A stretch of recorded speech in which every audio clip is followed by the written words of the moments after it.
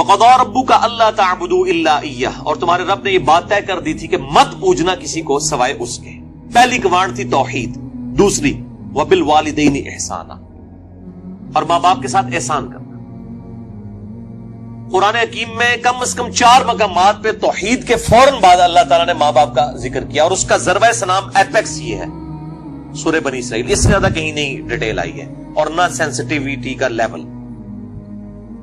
اما یبلغن عندک الکبر، اگر وہ پہنچ جائیں تمہاری موجودگی میں بڑھاپے کی حالت کو، احدہما او کلاہما، چاہے دونوں میں سے ایک چاہے دونوں.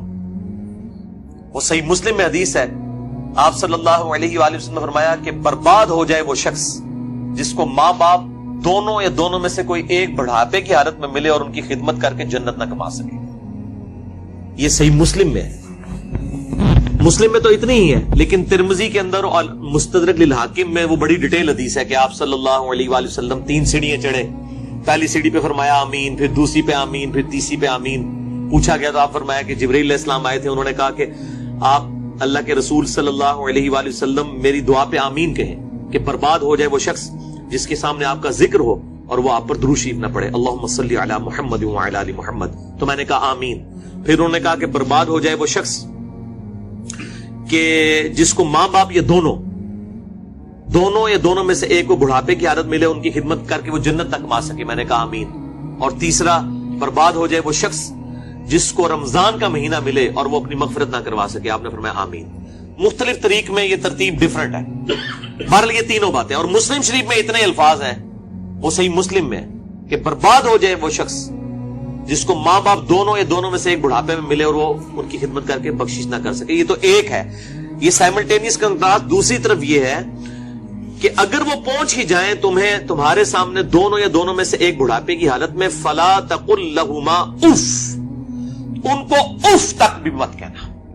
اف کی ٹرانسلیشن پنجابی میں ہو سکتی ہے آپ کہہ رہے ہیں کہ جی تسی یہ کہو جو چپ کر کے بیٹھے رہو، تانوں نہیں پتا. یہ تے اللہ دے بندے ہو، یہ تے گال ہے. اللہ دے نزدیک تو اتنی بڑی یہ چیز ہے. اللہ تو کہہ رہا ہے کجروی سے یہ بھی نہیں کہنا ہوں، یعنی وہ بات کر رہے ہو اور آپ ان کو صرف اتنا رسپانس کرتے ہیں، بس ایویں لگا میں نے، یہ بھی نہیں، جملہ بھی نہیں بولتے. آپ کہتے ہیں ہاں تاک لے، یہ اس کو منع کیا گیا ہے. وہ تو بہت بڑی بات ہے. ان کو اف تک بھی مت کہنا. ولا تنہرہما، اور ان کو مت جھڑکنا. وَقُلْ لَهُمَا قَوْلًا كَرِيمًا، اور بات بڑی نرمی سے ان کے ساتھ کرنا. وَاخْفِضْ لَهُمَا جَنَاحَ الذُّلِّ مِنَ الرَّحْمَةِ، اور اپنے عاجزی کے ساتھ کندھے جھکا کے رکھنا ان کے سامنے. یعنی آپ غیر اللہ کے سامنے جھک نہیں سکتے اتنا کہ آپ کے ہاتھ گھٹنوں تک لگ جائیں. ماں باپ کے سامنے بھی آپ اتنا جھکیں کہ ہاتھ گھٹنوں تک نہ لگیں، یعنی حالت رکوع نہ بنے. اس سے پہلے یعنی آپ نے ایسے ان کے سامنے رہنا، جی ابا جی، جی امی جی، اس طرح اپنے عاجزی کے ساتھ کندھے جھکا کے رکھنا. وَقُلْ رَبِّ ارْحَمْهُمَا كَمَا رَبَّيَانِي صَغِيرًا، اور ان کے لیے دعا کرنا ہے رب ان دونوں پر رحم فرما جس طرح بچپن میں انہوں نے مجھے رحم کر کے پالا تھا. اور یہ وجہ بھی بتا دی کہ بچپن میں چونکہ انہوں نے پالا ہوا ہے، سب سے لاچار انسان کا بچہ ہے. بلی کے بچے کو آپ اس ٹیبل پہ رکھ دیں نیچے نہیں گرے گا، اور انسان کا آپ سال کا بچہ بھی رکھ دینا، وہ اگر کروٹ لیتا ہے تو گر پڑے گا. اس کو نہیں عقل کہ میں نے نیچے گرنا ہے یا نہیں گرنا. اتنا لاچار ہے انسان. اسی لیے انسان کے ماں باپ کو اتنا حق دیا گیا، چاہے وہ مشرک ہی کیوں نہ ہو. دنیاوی معاملے میں ان کے ساتھ معروف طریقے سے چلنا ہے.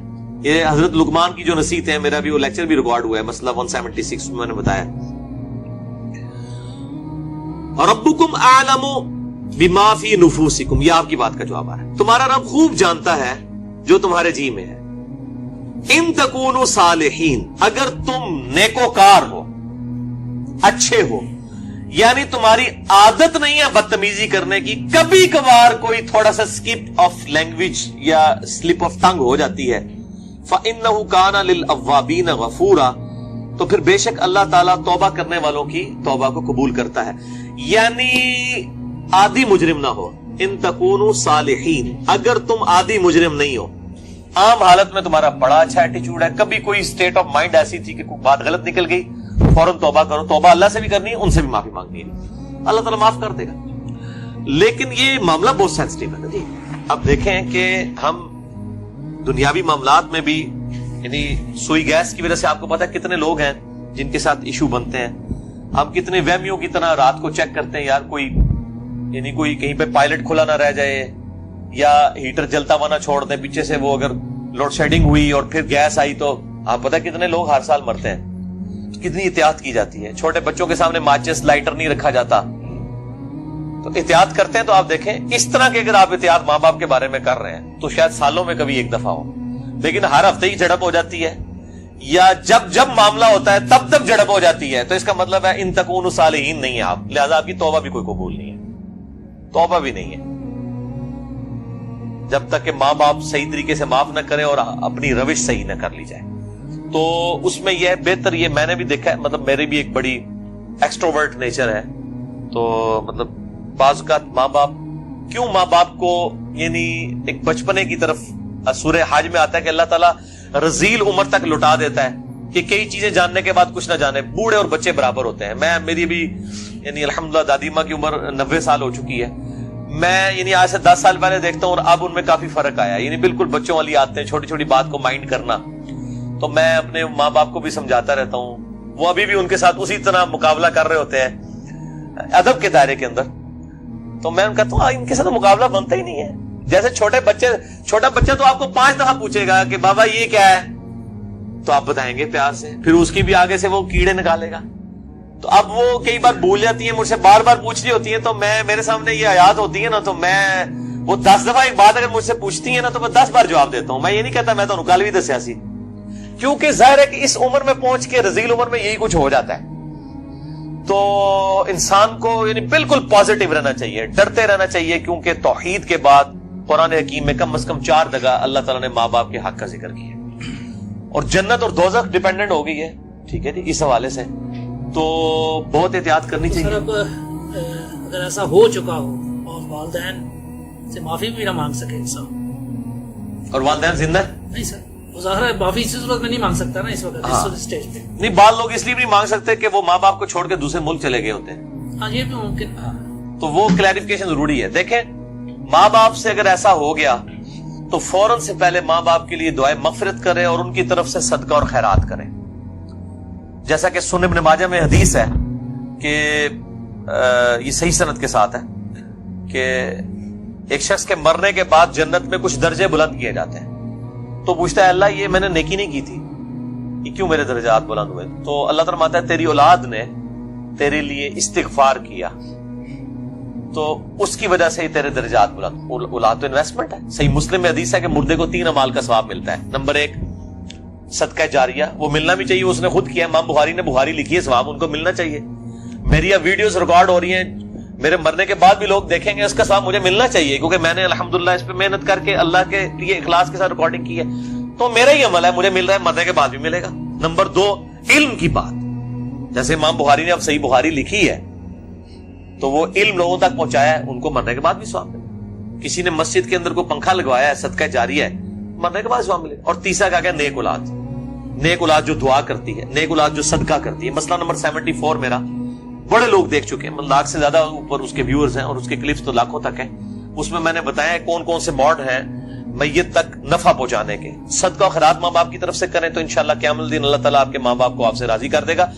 جب ان کو مرنے کے بعد آپ کی دعاؤں سے نفع ملے گا تو بڑے خوش ہوں گے کہ ہمارے بچوں نے ہمیں مرنے کے بعد یاد رکھا.